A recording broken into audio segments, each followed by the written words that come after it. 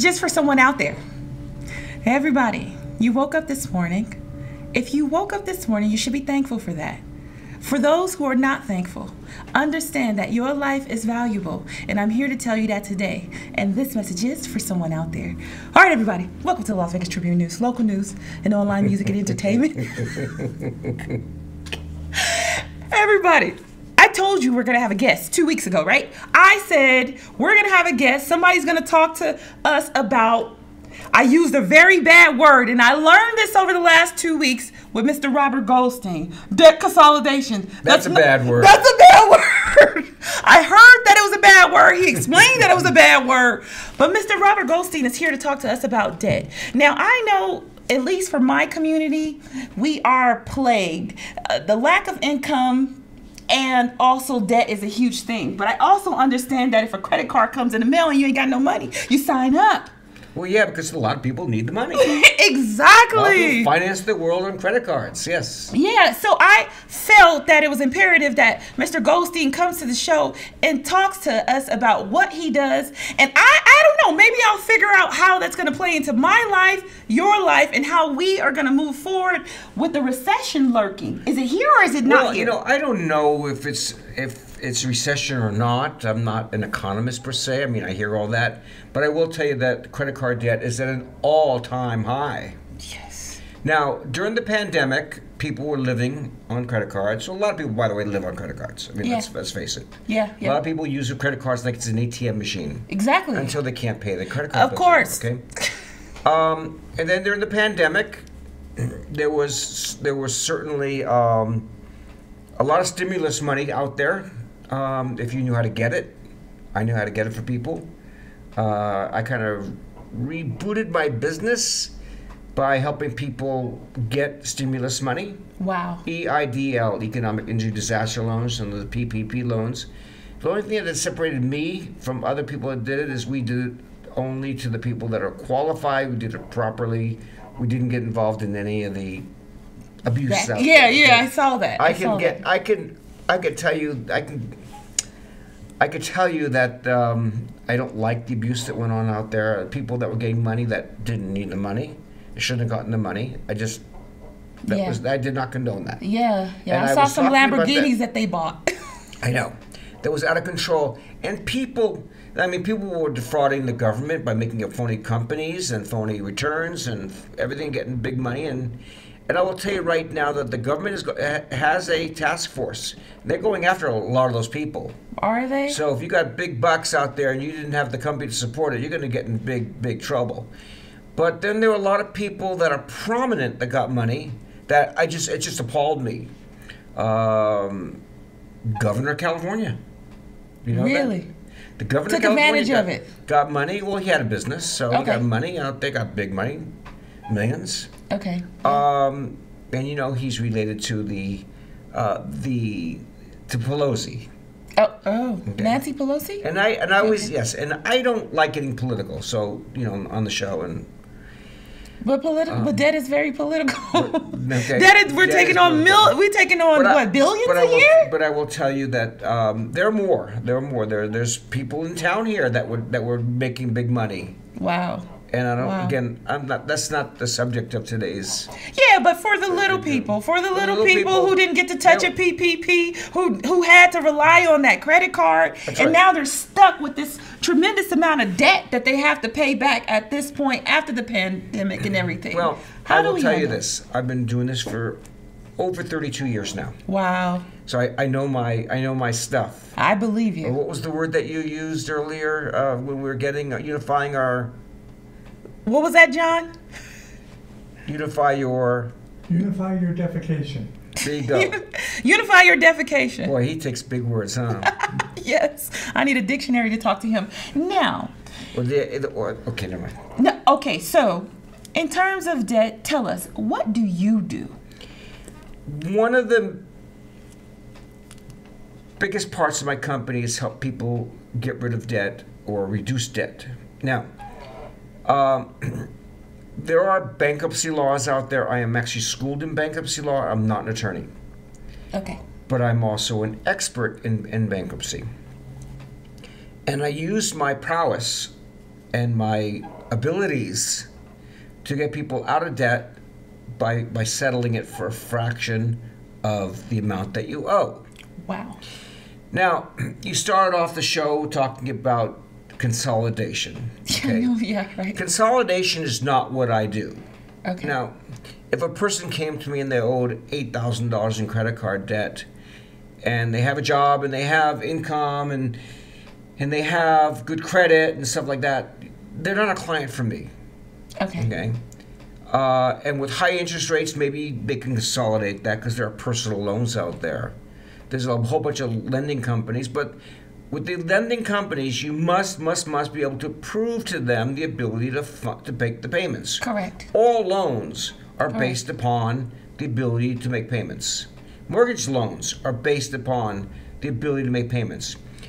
Back in the crash, I know I'm kind of digressing, but back in the mortgage crash of 08, 07, 08, when all these mortgage companies were giving away loans, they're giving away 125% loans. Now, what does 125% loan mean? Yeah, what does that mean? It means if you buy a house for $400,000, they'll fund it for $500,000 and give you $100,000 in your pocket. Okay. It's 125%. Okay. $400,000.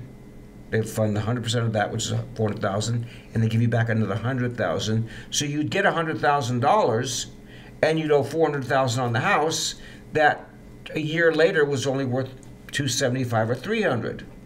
So you're upside down on the house. Jeez. So what happened in the mortgage crash was something different than what's happening right now. What happened in the mortgage crash, and there's a great movie called The Big Short, and I saw that movie about 6, 8, 10 years ago, which is about 10 years after I started talking about all of this that went on. Mm-hmm. These lending companies were doing, they were doing what they call option ARMs, ARMS, adjustable rate mortgages. Okay. Adjustable rate mortgages, option ARMs. Okay. What that means is you could buy, if you're just a warehouse worker, okay, not picking on anybody. Yeah. And you could afford a $200,000 house and a $200,000 mortgage, they would put you into a $2 million house, and you'd pay 1% interest on the loans and defer the rest to the back of the loan. So you could live in a glamorous place for 6 months or a year before the shit hits the fan. The balloon, like a balloon. Yeah. The balloon hits, like, okay. So that's what caused the mortgage crash. And again, I encourage people to go to Netflix or Hulu or one of those channels and download The Big Short. It is exactly what happened in 2008. What's happening right now is not that. Is it worse? No. What's happening now? No, it's not going to be like that. Oh, okay. Okay, but what's happening now is, houses skyrocketed, insurance rates dropped to ridiculously low amounts, and it made houses go up. Yes. And of course, we're getting, the world is getting more population. That doesn't change. Right. It's never going to change, right? Population is always going to go up. Yeah. So I'm not here being an economic forecaster, okay? But I will tell you, though, that if you're in a house that is, you can't make the ends meet, you can do a loan modification, which I could do for you. Okay. That's where I get the banks to drop the payments or drop the interest so you can afford to keep the houses. Okay. And the government does back that up with stimulus to the lending institutions. Wow. Okay. So things that people don't know. You didn't know. No. I definitely don't know. Now, loan consolidation, going back to, I digress a lot. Yeah. I talk with my hands. Okay. My kids tease me when I go out and order a drink, and I want my limes squeezed in my vodka. What? And they give me hell for that. Anyway, so we're talking about loan consolidation. 99 out of 100, it's really not for. If it's for somebody, I will tell them. Now, the problem with loan consolidation is these companies that are doing debt management and loan consolidation, what they do is they have a formula. This is not what I do, and I don't condone this, but I'm going to tell you what they're doing. is that they charge you money up front, and you put money into their bank account, and you put money into their account for 6 months before they start dealing with the creditors. So you think that you're getting your debts modified or debts managed, consolidated, and they take your money and they don't really do the work. So in 6 months, you've just got a greater problem than happened before. In 2010, alongside with the Bankruptcy Reform Act, 95% of those debt management companies were outlawed. You can look it up in the Federal Trade Commission. There were probably 5% of the honorable ones, and most of them were just taking people's money. When I talk to somebody who's dealing with that, I try not to say bad things. I just explain what... Well, they're going to know today. The people want to know. They want to know. So I'm glad to hear that. What I actually do as a bankruptcy office is we don't do bankruptcy behind your back. We don't do anything like that. We talk to the creditors as a bankruptcy office and say, I can help them not file bankruptcy by making settlements for X% on the dollar. That's so good. Okay. Now, if I was to take all the debt that I've worked on in the last 32 years. How much would it be? Okay. I don't know. Millions and millions and millions and millions and millions and millions. But if I was to take a percentage and amortize it, or average it out, I would probably have people paying about 25 cents on the dollar. So if they owed a credit card company $10,000, the average settlement would be about $2,500. Yeah. Now I'm not saying that everyone's would be $2,500 on $10,000. What I'm saying is that that's the kind of success that we can do. You telling me that's how good you are? I'm good. You good? I'm good. Okay. I like hearing that. I know I have contacts at the banks. I don't call the 1-800 customer service. No, okay. I have contacts in various divisions, and I make settlements. I have contacts at the law firms if it's being dealt with. Now, these credit card companies, well, they have their own collection processes, and each one of them varies. And every year they have a management meeting and say, what do we need to do to change our practices? So we try to keep up with it all. Some credit card companies don't give in as much as others do. I know. Name one. Are you talking about like not Capital One, but maybe American Express? Well, you actually mentioned two that are tough. I would say the worst one that I deal with is Discover Card. Oh, okay. But there are some that are very easy, and I also have a lot of tricks up my sleeve. And Okay. maybe at break we can get John. Are you there? I'm We here. can get John to play The Secrets of 13. Do Do you have access to that? Not at the moment, no. Okay. Wait. But at the break, if we're going to take a break, I'll drop Well- it in the editing. You know what that is, right? Yep, I do. So I do have some secrets. Okay. But basically, I tell people if they hire me, okay, someone who hires me to reduce their debt, I tell them three things, and I have to repeat myself over. One is don't pay them anything. Don't pay them anything. Okay. That's one. Because if you pay them, they're not going to make my deals. You're hurting me, not helping me. You're hurting me to help you instead of helping me to help you. Yeah. Don't pay them. Okay. Don't pay them. Don't talk to them. Don't talk to They're them. going to talk you into a quick payment by phone right now to get back on track. I was a debt collector. Yes, they will. Okay. Okay. Oh, I didn't. That's right. You told me that. And the third thing is, and this is the hardest point to get across, don't bank where you owe money to. But I like that bank. I'm friendly with the teller. I know. The tellers are paid to be nice to you. I know, I Yeah. get that, by the way. I bank at a bank, and I like the tellers there. Okay? But if you bank where you owe money to, there's a clause in every application that says if you're not paying your bill, they could take your money. Get the hell out of here. Oh, no. Oh, yeah, So yeah. I go yeah. over that and over that and over that and over that. But I will make settlements for you and save people buku bucks. Okay, I have a question. Okay. That's good. I had a question, but you know what? I'll bring it right back. You might stay tuned. We'll be right back with Mr. Robert Goldstein. Thank you, everybody. How would you like to temporarily cripple your creditors so you could buy time to protect yourself to achieve whatever it is that you need to do. Just like using a stun gun with scenes from a James Bond movie, this video will show you what you can do and learn free information on 13 dirty secrets to trump the creditors and survive in today's world. Do you feel like the walls are caving in on you? Overwhelmed by debt and bills? No matter what you do, your world seems to be crashing down on you. What if we could stop, slow down, or freeze time, allowing you to find the right solution? Do you feel that every time you see a light at the end of the tunnel, it's really a train coming at you? What if I could show you how to legally derail that train? You've probably felt as though your opportunities are limited because you don't quite fit into any viable option. Almost as though you're a square peg trying to fit into a round hole, while facing upcoming foreclosures, repossessions, legal matters, or collections. Maybe the answer is simpler than you think, but you can't put things together while drowning in stress and deadlines. What if I could show you how to trump the creditors and monsters that are pulling down on you? It doesn't matter where you live, or how much money you have or don't, your job or your assets. There is a legal way to buy time so you can stop, slow down, or freeze your current situation, allowing you to avoid stress and save money. All right, welcome back, everybody.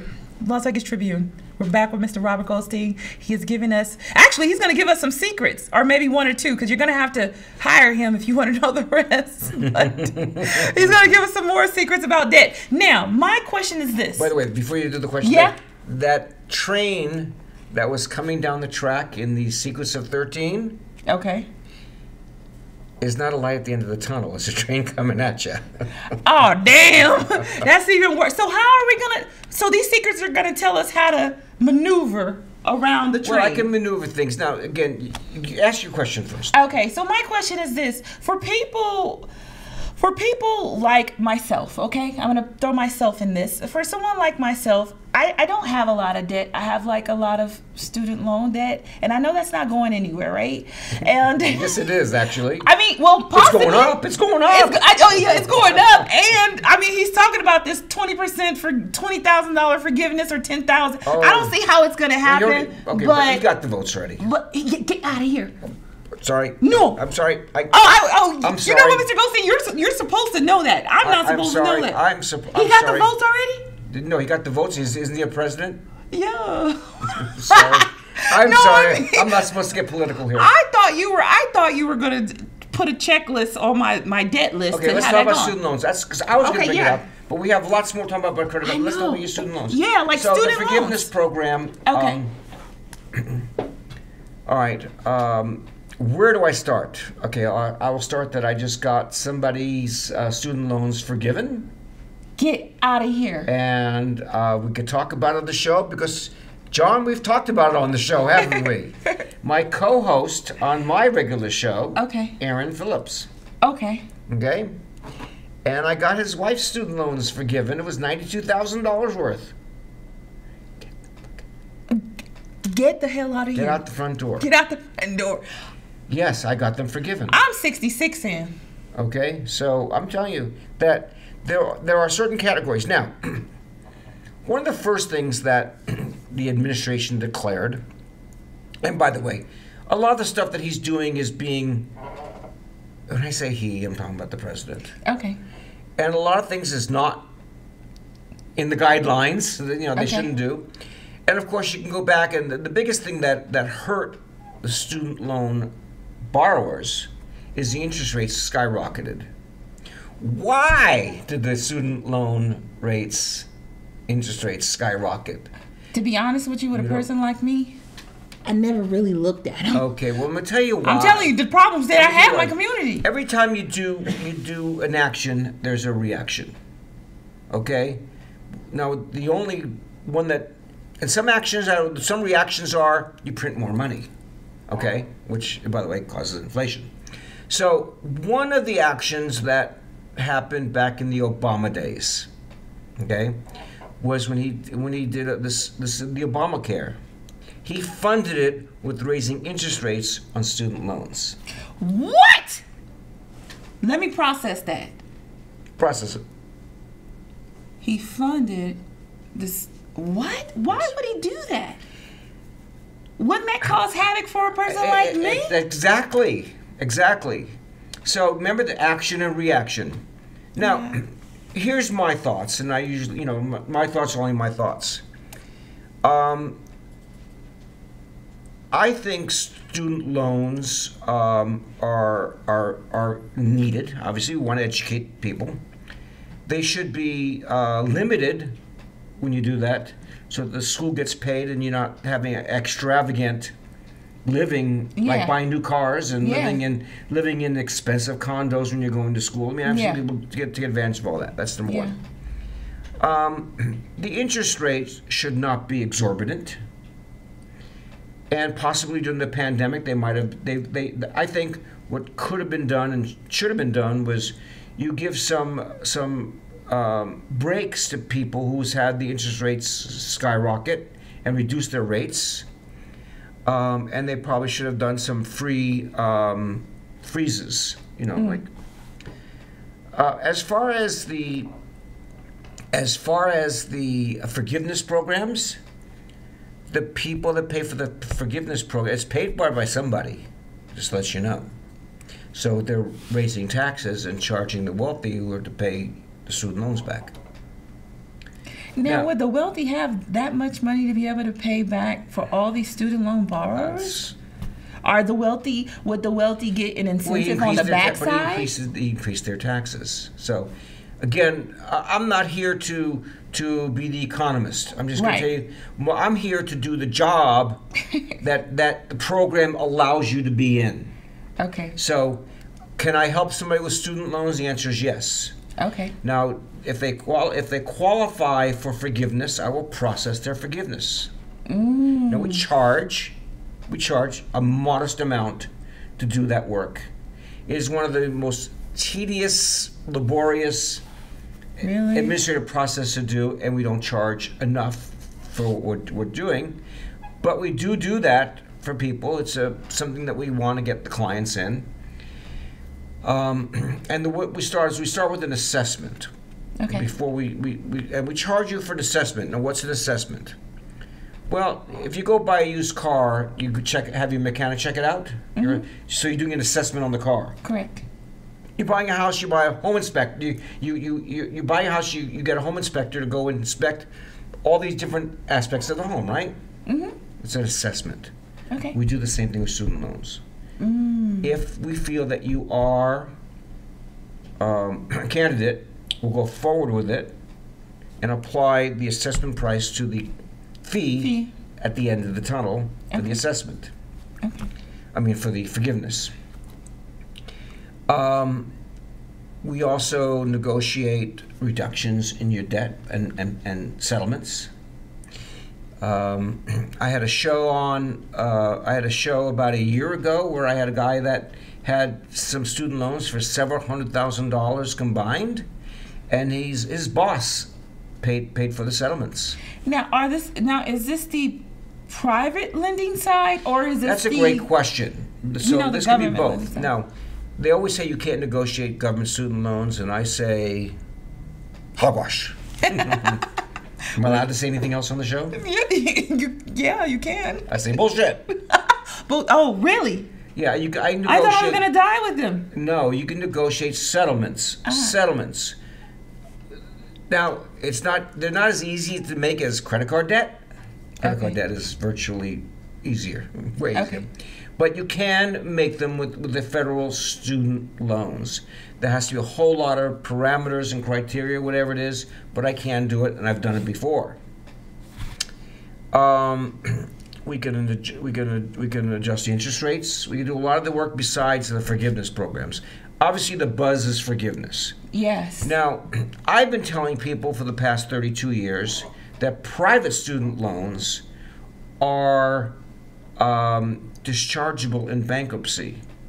Most bankruptcy attorneys were saying no.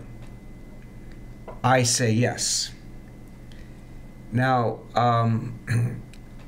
when I first started my business, I actually was a partner with a bankruptcy attorney who actually put me through bankruptcy law school. And I came out of that and I explained to him these things, and I told him I know more than most bankruptcy attorneys about bankruptcy. And his comment was that I know more about more about bankruptcy than most judges do, bankruptcy judges do. And I've been holding firm to the fact that private student loans are 100% dischargeable in bankruptcy, and that was confirmed by the president about a year ago. He didn't go on the air and say Rob Goldstein was right for all these 30 years, but it did validate what I've been saying for 30 years. It's 100%. It's government debt that's not dischargeable generally in bankruptcy. Okay. So Private the debt. Sallie Mae and all of that, that's the government side. Yeah, but sometimes they manage private ones too. That's good. Okay. There's a crossover. A You don't need to crossover? go that. Yeah, go there. yeah. But let's say you go to a private school, you go to the ABC Tech School, and they fund you, and they bill you for it. That is private student. That's private loans. That is dischargeable, or highly negotiable because it's like a credit card debt. Now, what if you went to a school and you never had the class? They canceled the class. Okay. That portion of that debt should be forgiven, whether it's private or federal. Right. And that was also validated. Oh my God! So you could know how to wiggle in there. I know. Yeah. That's a total wiggle move right there. Yeah, I know. Because that's like, So who's gonna think of that? now, some of these schools went bankrupt, like ITT. Okay, people know of ITT. We'll say ITT. Now, if you went to ITT, does it mean that your private student loan is forgiven? What if you got your education, you went to every class, you got your education, and you're on the merry road? Okay, life is normal. When they went bankrupt, that debt, that receivable they had, was bought by companies that buy debt.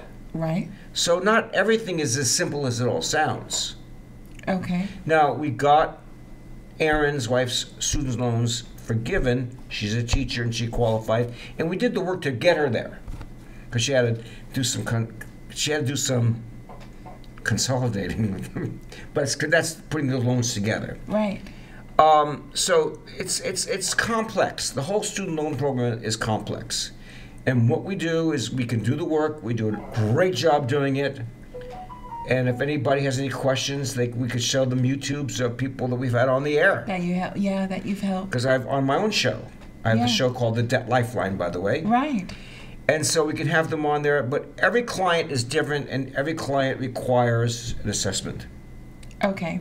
Now, let me ask you this: do you have like a starting point for debt that you do? Like, it can't be like so low that it's not insignificant. Where do you like to have your clients at least be sitting before they panic? Well, we're pretty open-minded.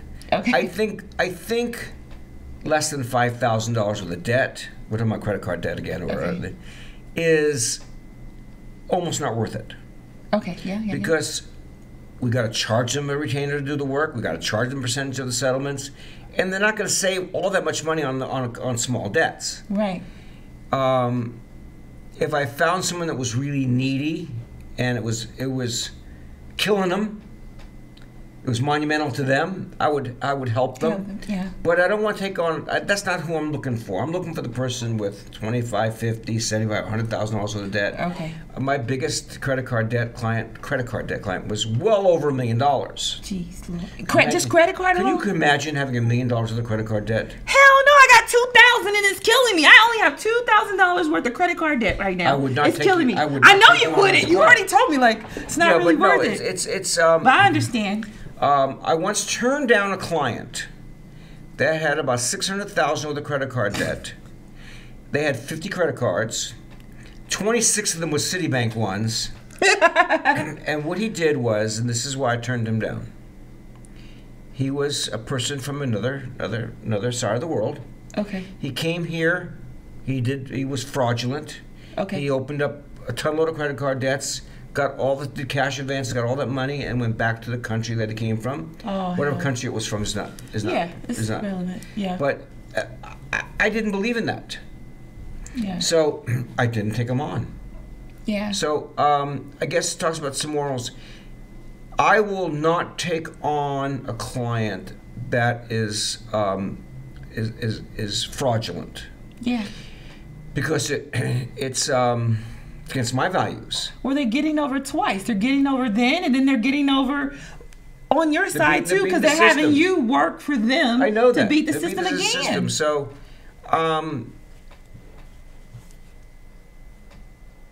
what I do is, and if a person needs a bankruptcy, person comes to me and I do a bankruptcy analysis. I can do a bankruptcy analysis in 30 seconds. Yeah. Yes, I know. I know the bankruptcies. I know the parameters. I know what a 7 does, a 13 does, and an 11 does, and what they can do, and where they fit, and where they belong, and if they would be a candidate for bankruptcy. So if they are a candidate for bankruptcy, I'm going to give them their options. You can file bankruptcy, and this is what you're going to go through. Or you can avoid bankruptcy by doing ABC here. Most of the time, people shouldn't be filing bankruptcy or can't be filing bankruptcy. This is not a moral question to me or a moral decision to me. If a person can file bankruptcy, and they should file bankruptcy, I'm going to tell them, you can file bankruptcy, you fit into the parameter. What does the criteria look like when you assess a person? What does that look like when you say definitely you need to file bankruptcy? Like what's the triggers for you to let you know? If they don't have the ability, they don't have the money to pay the debt. Okay. They don't have the money to pay the settlements. Okay. They can't afford to live. Okay. The credit's shot. Okay. They want to protect bad credit. Yeah. I mean, if I remember once being on vacation in Bermuda, and I saw a little caricature of a dog in the window. It was hand drawn. Okay. With his ears bandaged up, and he had a cane going on, and he had it was a caricature of and he went by the name Lucky. Okay. Okay. So that's not Lucky. If you are a candidate for bankruptcy, and that's what you should do, I will tell them that they should do that. And I'm not going to have somebody hire me to what's best for me financially. I'm going to have somebody hire me for what's best for them, or I'll refer them out if it's something that I need to refer them out for. I will not take on a client. Now, if you go to a bankruptcy attorney that doesn't have the same values, okay, and says, well, let's just do a bankruptcy because they can make an easy, quick few bucks, and it's not best for the client. But they don't give the client some of them will give the option, some of them won't. I get a lot of referrals from bankruptcy attorneys. I work with a lot of bankruptcy attorneys. That's my field. Right. But if you don't follow, if you don't fit into the categories, then you shouldn't file bankruptcy. Now, a Chapter 7 is the ones that people want to get rid of all the debt, but you can't have too many assets. First of all, you can have a house with equity in it that's protected. Okay. Certain amount of equities. Some states are more forgiving than others. Like Florida, for example. Okay. When I don't know if you're old enough to remember O.J. Simpson. Yeah. Okay.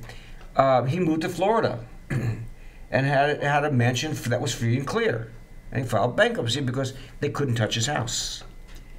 There's not a discussion. That's under the Chapter 7. That's Chapter 11. That was he actually. I don't know whether he did a 7. I don't remember whether he did a 7 or 11, but his house was protected. Okay. So there's not a discussion about him. I was using the example that he did. Yeah. Okay. Yeah. So Florida is more liberal, but each state has their own. Florida's more liberal. Yeah. In not politically, in bankruptcy. I know, right? I'm like, you sure? In bankruptcy. Now, in a 7, you can have a certain amount of equity in a home. You can't have rental properties. You can't have businesses. In a Chapter 7, you can't have all that. No. Okay. You can have equity in your home that's protected up to a certain amount. Each state varies. Okay. So, you can keep your house. Generally speaking, I'm not talking about unlimited here. I'm talking about generally speaking. But you can't have cars and boats and a business and a store and all these other things in a 7.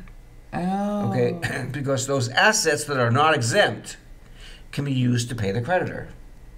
You also can't make too much money in a 7. So when I look at a client, or I do this my analysis, I look at their assets, their income, their payables and expenses and so forth. If you are not overly complex, the antithesis of a 7 is an 11, which is a reorganization. And I will walk somebody through what they're going to be paying back to the creditors over 5 years in a reorganization. But if you're not going to save any money in a Chapter 13, it doesn't make sense to do a Chapter 13. Wow. So I look at all these things, then I give the client their options. With me, it's making settlements and just keeping them out of trouble. Okay, so it's more about settling the debt, getting rid of it for the client, as opposed to consolidating and then letting them just make this like monthly payment for the rest of their life. You're trying to go in and get it out of the way, right? I go right to the root of the problem. Now, I also know that you do small business loans. I mean, you help to get for women businesses. We help and women. Things like that. How does that work? Anybody really start a business, get into business, and get funding for a business. There are in today's administration, today's government, there's incentives for women. There's incentive for ethnics, and for people from out of the country. So there's incentives there. Whoa, Okay. I didn't even know that for Yes. people out of the country. Remember I told you I wanted to introduce you to someone from Israel. Right. So there's There's a more loophole There's on more. that way? There's I didn't know that. There's more. There's more opens. I'm keeping my opinions out. You go- I was going to say something, but no. You were like, oh, you want to keep it to yourself? You don't want to But- share? The no, people want to know, Mr. Goldstein. Because I'm not your typical candidate. Okay. I'm white. I'm male, and I'm Jewish. Well, that means you have all the answers. But I have the answers. Look, I don't have play the with me. You answers. know I know. But right now they're focusing on women. Now, women are a slight majority in the population, but a huge minority in the business world. Oh, of course. So they're trying to bring up the women into the business world. Okay. Yeah. So there are great programs, and I will help a woman get into business. Now, Okay. when I say I'll help a woman get into business, Yeah, what do you mean by that? I will help them start a business, dealing with forming an entity, and all the things that you need to start a business, to make a website, get an accountant, create banking. I mean, I will help them. If a woman doesn't know what to do, I will be their mentor. To do I will all that. charge them for this and help them get funding. Oh, that's excellent. Okay. Now there are grants and loans available for women and ethnics and people from other countries. Okay. So, so there are great programs. So if I saw somebody that was the perfect candidate for that, I will walk them through that. Again, we charge for it. We don't charge a lot, but we charge for that. But I'll get them into business and I'll get them money. Wow. And this is prior to them being into business, or this is just you setting Both. it up so they can get it on the other end? Both. If you're already in business but are kind of fumbling around, Yeah. I could take over because I do business turnarounds. See, before I started this business about 32 years ago, I was doing business turnarounds for 5 years, going to big companies and going in there and cleaning up all their stuff and doing turnarounds for them. Oh my God. And so You work hard, Mr. Goldstein. the work itself comes easy to me. It's Okay. second nature to me. The problem is I'm dealing with people that are stressed out, and that takes a toll. Really? That's more hard. That's more work dealing with the stress of because individuals I have as to. I have to keep my own guard up. I have to Your keep my own boundary. shield around me. My mom died 35 years ago or 34 years ago, whatever it was. Wow. And I remember the doctor wasn't very empathetic, and he was just matter of fact. And I was, why? Because he's dealing with that all day long, and you have to protect yourself. Okay. So I know that you're stressed out, not you. Yeah. You, the client. I know you're stressed out, but I'm gonna do a better job. I'm not flipping out, even though you're flipping out. Yeah. So I'm unfortunately I'm not as warm fuzzy as you want me to be, because I can't be. I don't don't find people who work like in finance to be warm and fuzzy. I think they're looking at how they're going to solve the problem. I'm a problem solver. You know what?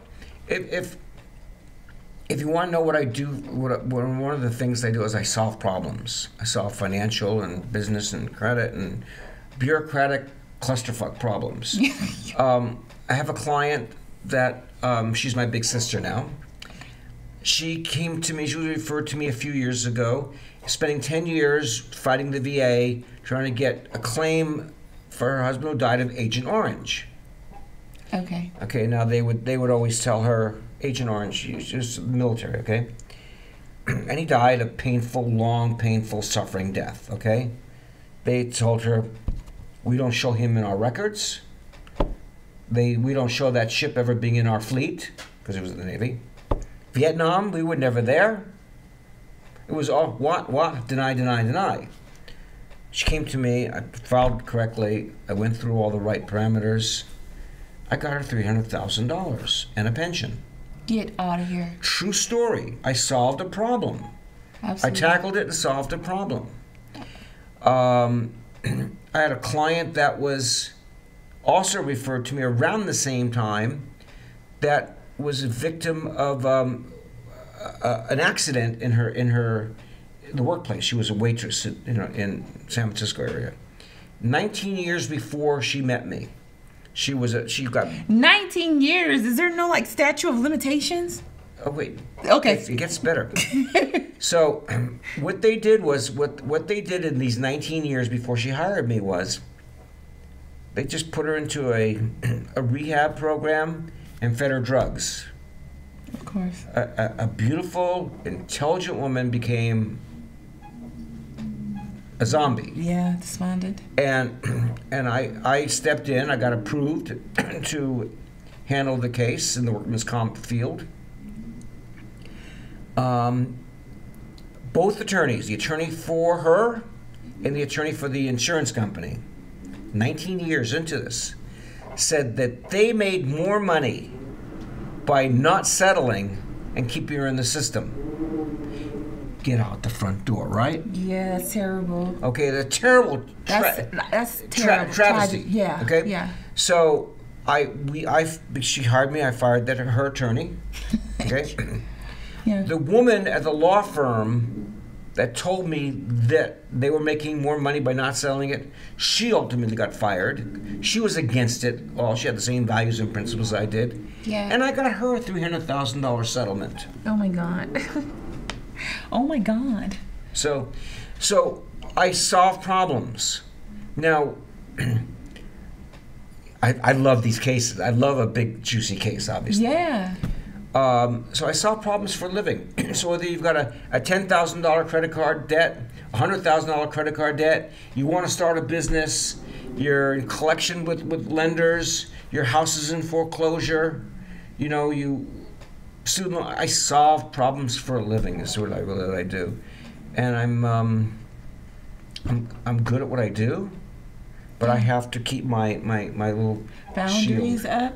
I mean, I would assume when someone walks in your door or calls you up, they are coming from a stress point. I know. So I know that you're musically inclined. Is that how you wind it down? How you stay? It's true.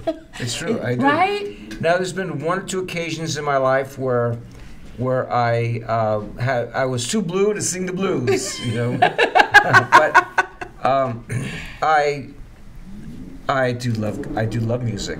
Do you? I would say I went on a cruise about 7 or 8 months ago, and I won the Beatles Trivia contest then on the cruise. 'Cause you knew everything. I knew everything, And then I was on a cruise a week and a half ago. I told you have the answers. And I will tell you this. I just I walked up. They just started the contest. I just walked up there, and I stood next to the gal who was running it, Okay. on her piano. And I didn't know anything about what was going on. I just knew they played a Beatles song, and I just blurted it out. And they had everybody writing down all the notes and writing down all the answers, and I kept on blurting it out to her.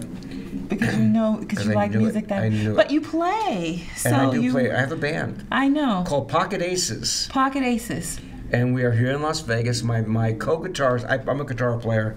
My co-guitarist is like unbelievable. You know, there was like, Tom Petty once said about his guitar player, I know Tom Petty's gone. His guitar player is Mike Campbell, okay? And he's, when he met Mike Campbell, you know, 40 years ago, whenever that was, they all got together. He says, I'm signing you up for life. Well, my co-guitarist is Tom. We've become best friends. Yeah. And we practice 2 or 3 times a week. I have a music room set up in my house. Oh, yeah, wow. And we learn more songs and play, and we become best friends. And how long does it take you to learn a song and to be able to play it like on a guitar? Well, I've been playing all my life, so first of all. So it's... But I've become a better guitar player in the last 7 years because of Tom. How long? Okay, there's a song by the Beatles called "We Can Work It Out." We Can Work It Out. Okay. That was their longest song to record in the studio. Okay. It took me 5 minutes to learn that song. The songs that took me the longest are 2 songs. One of them is called "The Rain Song" by Led Zeppelin. Okay. And that took about maybe 6 or 8 weeks to learn. Okay. That song is so complex and so beautiful. It is not your loud, grungy Led Zeppelin song. It is. Is it like a smooth melody, huh? It's on a, you know. Intricate. And it's basically, we play it on an acoustic guitar. It's very soft and sweet. Really? But it's in a different tuning, and it's like speaking a foreign language. Mr. Goldstein, where does your love for music come from? Or when did it start? Do you remember the moment that you picked up a guitar, or is there you heard a song and you were like, oh, I want to do that, I got to play that. Okay, I'm going to be one of 100 million people that will say it all started with the Beatles. And so I was a Beatles guy all my life. I did get a guitar when I was 13 and just started teaching myself. I taught myself how to play guitar. All of that is self-taught? Yeah. That's pretty brilliant. Okay. I'm self-taught, although because I heard my guitar mate, you might say, teaches me songs and teaches me a lot more music theory, but I am basically self-taught in that. I have some passion music in my blood. I have a cousin of mine that is the drummer for a very famous rock and roll band, and my best friend in high school is also a drummer for a very, very famous rock and roll band, which we talked about earlier. Yeah. So the Motown, right? Yeah. Now, do you know how to play any of that music? Have you gotten into it? Not any of the Jacksons. The Jackson 5, by the way, was. What? You're his best friend? I didn't play that music. What's going on here? But when I do my gig, I'm going to dedicate one song to my cousin's band, which is the Grateful Dead. That's the name of the band? They played at Woodstock. Oh damn! They're big time. They're hardcore, big time. And we will play. I performed before and played 2 of their songs, "Ripple" and Uncle John's Band. Okay. So we're gonna play "Ripple" in our gig when we do our local gig. So you're gonna do a local gig? Yes, and we'll tell you when. And when. Don't keep it a secret for too long, because I'm gonna show up. We have a female singer, by the way. We play "Piece of My Heart," which is Janis Joplin's song. Okay. Which actually was written by Aretha Franklin's sister. "Piece of My Heart" by Janis Joplin. She got a lot of soul, Janis Joplin. She does. Right. That was written by Aretha's sister. True story. We play "Hit Me With Your Best Shot" by Pat Benatar. Yes. And we play these songs as good as you'll hear. You play that? Yeah. So you're gonna play that? So when I come to the show, I might get a little taste of that. You're gonna get Janis Joplin. You're gonna get. That is, by the way, that is one of our 3 signature songs, is "Piece of My Heart," and we play that as good as you're gonna hear Janis Joplin play. Really? I can't wait to hear it. I love, especially, something that I really love is like live covers. Like covers. That's people doing covers That's and stuff. We do. I absolutely love this because I can't dance, but I love to dance. We play a lot of Tom Petty. We play a lot of George Harrison and the Beatles. We play a lot of The Who. Yeah. You've heard of The Who? I've heard of The Who. We play we play a lot of Tom Petty. I said that, I think. I don't know. So we have about 25 songs earmarked for. About how many songs do you know how to play? If you could think of it off the top of your, I mean, you've been playing like since you were 13. Probably 200 songs. Get the hell out of here! But I wrote down about 100 songs that Tom and I play together. So we play about 100 songs together. Now, are you able? Can you create like a song? Can I write a song? Yeah, I've been working on a song. You're working. You've been working on a song? I'm working on a couple of songs. You're working on a couple songs. Yeah. Okay. What are you going to do with them? Maybe you need me in your band. Send. Oh, look at you. Send it to the person that should be the recipient of that song. I'll leave it there. Oh, okay. You're just gonna take it. You're gonna wait to send it to the person, but you're gonna finish it first. I gotta. So nobody's gonna hear it. Nobody's gonna hear it until the person hears it. It's private for now.